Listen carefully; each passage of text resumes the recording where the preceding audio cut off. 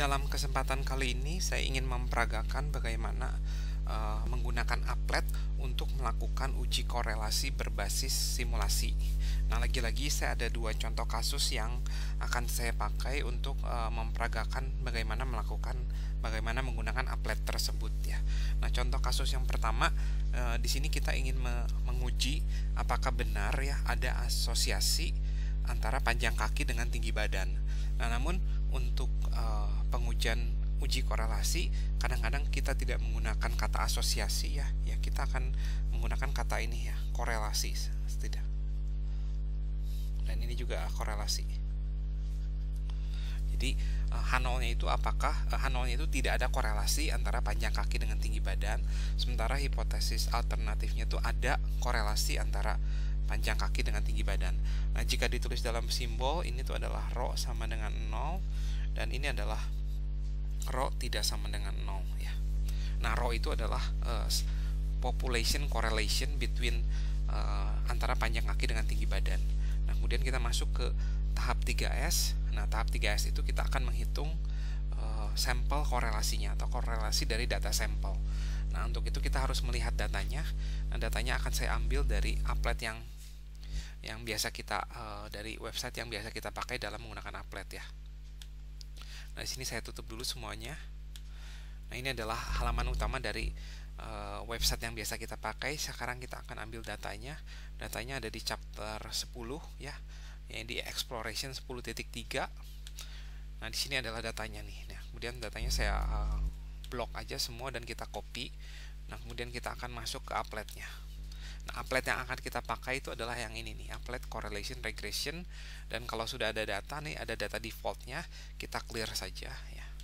Dan kemudian kita paste data kita di sini. Dan kemudian kita klik use data.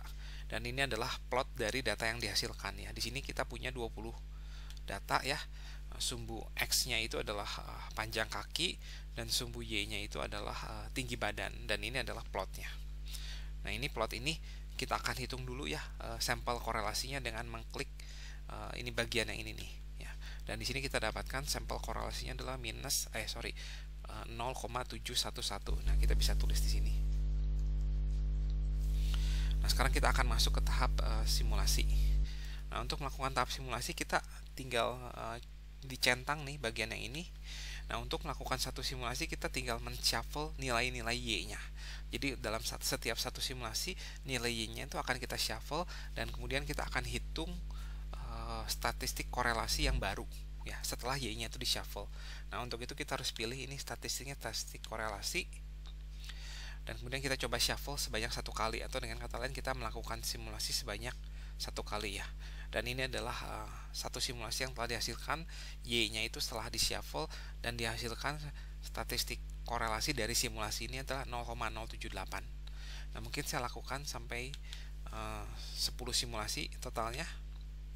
Saya shuffle dan saya mendapatkan dari 10 simulasi berikut adalah statistik korelasi yang dihasilkan dari setiap simulasi ya. Mungkin saya coba shuffle sampai 100 simulasi totalnya. Dan di sini saya sudah mendapatkan 100 korelasi dari setiap simulasi. Nah, sekarang kita siap untuk menghitung p-value-nya, menghitung strength of evidence-nya. Nah, di sini karena hipotesis alternatifnya itu rho tidak sama dengan 0, maka di sini kita akan pindah ke yang beyond ya, karena tidak sama dengan 0, dan kita akan cari tahu apakah ada simulasi yang menghasilkan statistik yang sama dengan 0,711 atau lebih ekstrim dari itu ya. Jadi saya akan ketik 0,711 dan kemudian saya hitung, dan ternyata tidak ada satu simulasi pun yang menghasilkan korelasi yang lebih besar dari 0,711 dan lebih kecil dari minus 0,711. Oleh karena itu p-value-nya itu 0 ya. Tapi jangan-jangan ini karena saya baru melakukan 100 simulasi nih.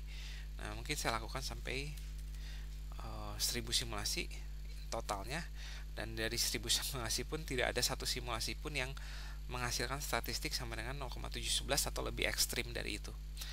Nah, mungkin saya lakukan sampai 2000 simulasi. Nah, agak lama namun sudah selesai. Nah, dari 2000 simulasi ada satu nih, kebetulan ada satu simulasi yang menghasilkan statistik yang sama dengan 0,711 atau lebih ekstrim. Nah, oleh karena itu p-value-nya adalah 0,0005. value-nya adalah 0,05, dan jelas ini kurang dari 1% atau kurang dari 5%, tergantung dari alfa yang kita pakai ya. Apapun alfanya, kebetulan dia selalu kurang dari 1% atau 5%.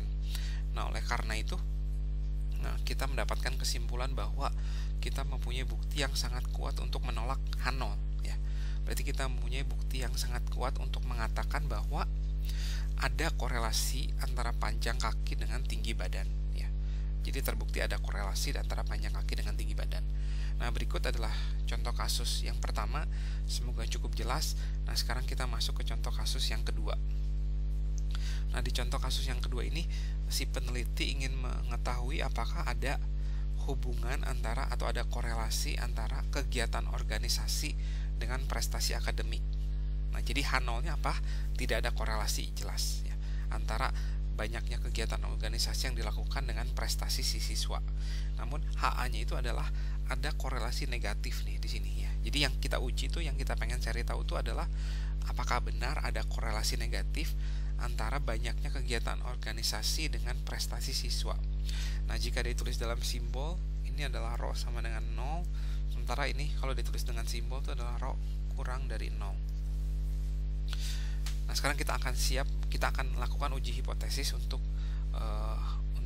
masalah ini ya. Nah, lagi-lagi statistiknya kita bisa hitung berdasarkan data ya. Kita akan hitung sampel korelasinya. Nah, kita akan berpindah ke applet. Nah, di sini saya tutup dulu semuanya. Nah, kemudian lagi-lagi kita ambil datanya. Datanya ada di chapter 10 di GPA ya. Nah, jadi kolom pertama itu hours. Hours itu adalah banyaknya jam ya, atau jumlah jam yang dilakukan setiap siswa untuk kegiatan organisasi ya. Jadi siswa pertama itu dia cuman kegiatan organisasinya itu cuman 7,7 jam dan IPK-nya tuh 3,17. Ya, beda dengan orang ke ini nih, orang ke berapa nih, orang ke-6 atau mahasiswa ke-7 nih. Dia jumlah kegiatannya itu banyak sekali ya, 76 jam dan IPK-nya saat ini 1,87 ya. Nah, jadi si peneliti itu ingin menguji apakah benar ada korelasi negatif antara jumlah jam untuk melakukan kegiatan organisasi dengan IPK ya. Nah, jadi sekarang saya blok semuanya, saya copy ya. Kemudian saya pindah ke applet. Lagi-lagi appletnya adalah applet korelasi regresi, dan saya clear datanya, kemudian saya paste datanya di sini. Nah, saya use data ya, terlihat ada 42 unit observasi dan ini adalah plotnya nih. Nah, sekarang kita akan hitung sampel korelasinya, dan sampel korelasinya adalah minus 0,29.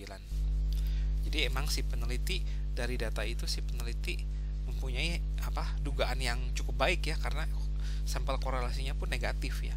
Namun kita akan lihat apakah sampel korelasi yang negatif ini cukup kuat untuk menolak H0 atau enggak ya. Nah, oleh karena itu kita akan melakukan simulasi. Nah, simulasi akan saya lakukan dengan men-shuffle nilai-nilai Y-nya ya. Mungkin saya langsungkan sampai 1000 simulasi langsung. Nah, jangan lupa untuk pilih statistik yang mau kita uji ya. Yang karena kita menguji korelasi, berarti kita pilih statistiknya statistik korelasi. Dan di sini saya sudah mendapatkan 1000 simulasi. Saya sudah mendapatkan statistik korelasi dari setiap simulasi yang telah dilakukan ya. Dan kemudian kita siap untuk melakukan menghitung strength of evidence-nya. Tapi jangan lupa ubah ini menjadi yang less than. Kenapa? Karena hipotesis alternatif kita itu rho-nya itu kurang dari 0 ya. Nah, kita masukkan statistik minus 0,29. Nah, kita akan lihat apakah ada simulasi yang menghasilkan korelasi yang sama dengan minus 0,29 atau lebih ekstrim dari itu ya. Dan ternyata ada 32 dari 1000 ya. Mungkin saya lakukan 1000 simulasi lagi, dan ternyata ada 64 dari 2000. Oleh karena itu p-value-nya 0,032.